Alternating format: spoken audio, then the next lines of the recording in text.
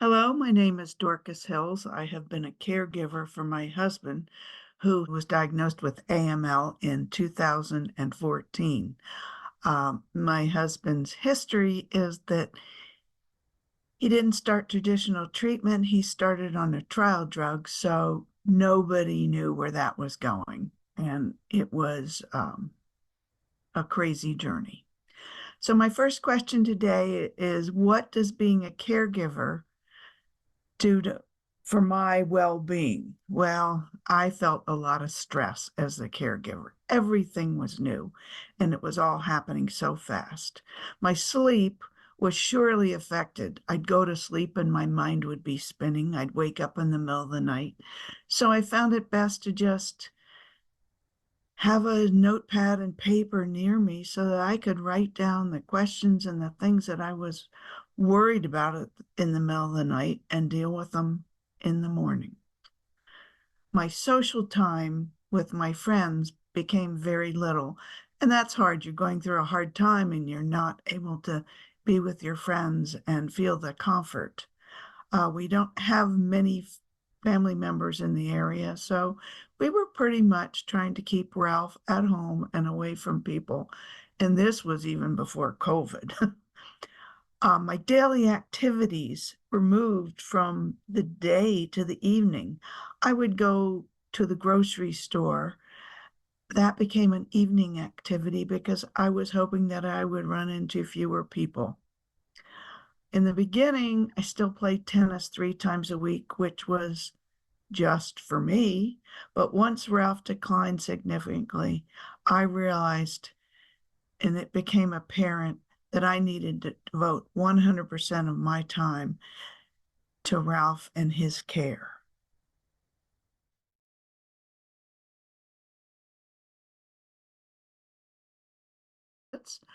I gave up my tennis, which was the thing that was just for me, and it gave me a physical outlet. I'd been playing with the same people for 20 years, so it was physical and social, and that was a great loss. But I did find a little trick, and it revolved around a cup of herbal tea.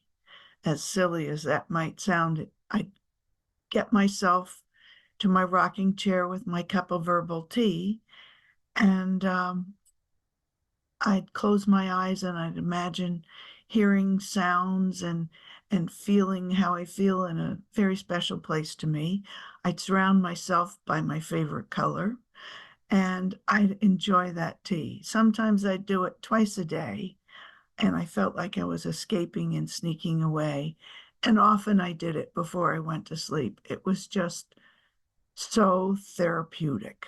It took about 10 to 15 minutes, and that was my gift and relaxation to me nearly every day.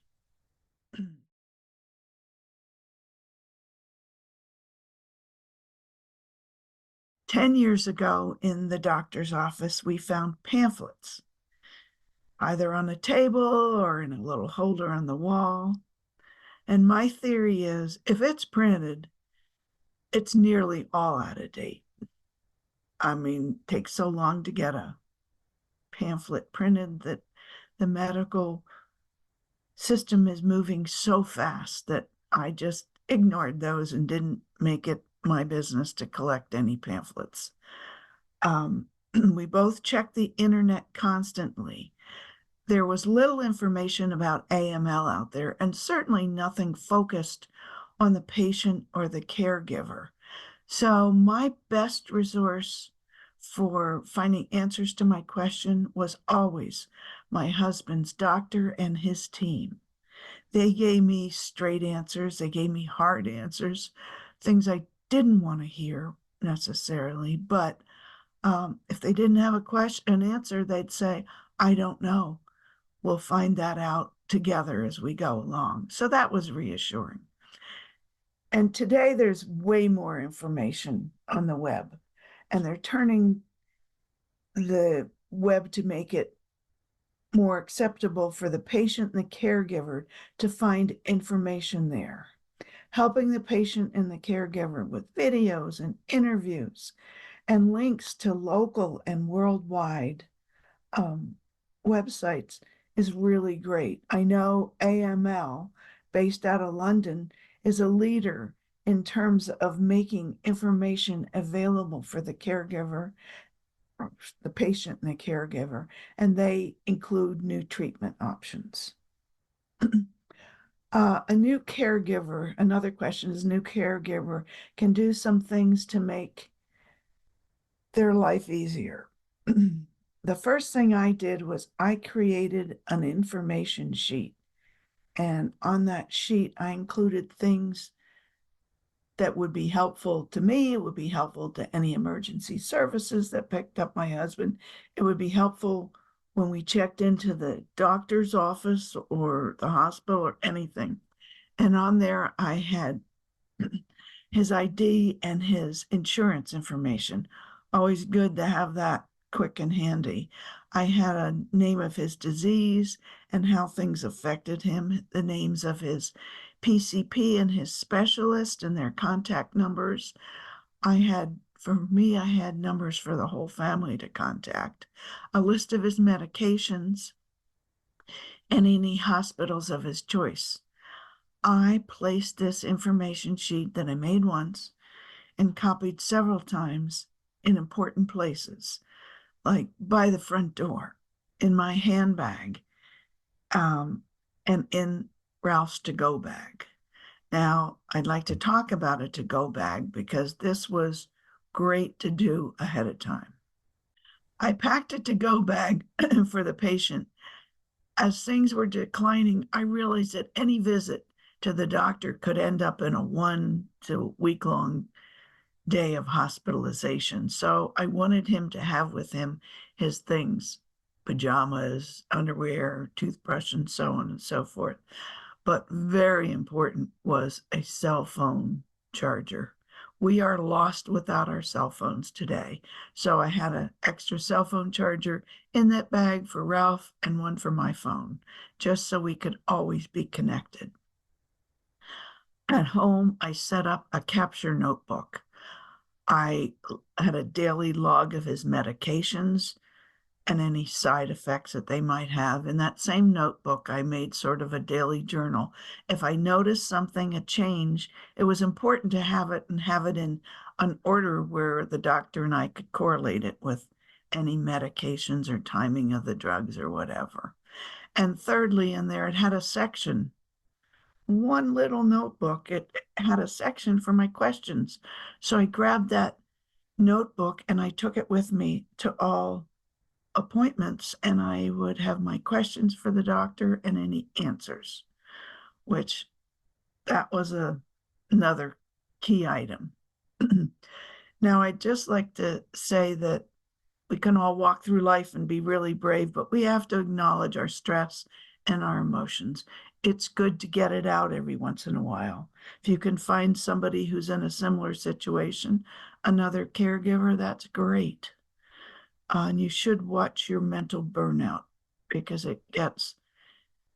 days are long, nights are dark. And my way of combating that was I just took over the counter vitamin D. Somebody said that was good for your emotions, and I felt like I was doing something proactive, and it's a vitamin that most doctors think we can use, and it doesn't have harmful effects. I also found after I settled in that it was important to share time with the caregiver. I'm sorry, with the patient. Ralph and I would schedule, well, today at such and such, we'll watch a movie, or we'll open the mail together, or how about just a couple hands of cards? It was important that we still did these things together. Um, you should look for a support group for caregivers. I didn't really find that. I had a friend whose husband went through a similar situation, and we talked. And gosh, I learned a lot from her and, just little tips and tricks. And I could adopt what I wanted. Some of them worked, some of them didn't. I'd suggest that the sooner you do this, you start taking care of your legal papers so you have everything that you need that you can take over for your patient if you have to. And also, we made a final plan. That is so hard to do. But once you do it, you know you have it. And I haven't had to use our final plan yet. So for that, I'm thankful. And I think the last big thing I did was communications. We had a lot of people from around the world who were interested in how Ralph was doing. So I created a mass email that I would send out just about every month. People don't need to know the day to day. Some people need more information than others. They could read it and forget about it right away. But I thought the email was really helpful. And in that email, I always encouraged them to call, email, text, whatever Ralph. He was lonely in this journey too. I was lonely, but I was functioning. He was lonely and sort of sitting in bed. So I encouraged people to reach out to him in any way they could. And I have to say that paper cards are absolutely wonderful. Being a caregiver was just a way to get out of a strict routine, and I had to learn to juggle. And after a while, it gets a lot easier, but very, very rewarding to help somebody through their tough times.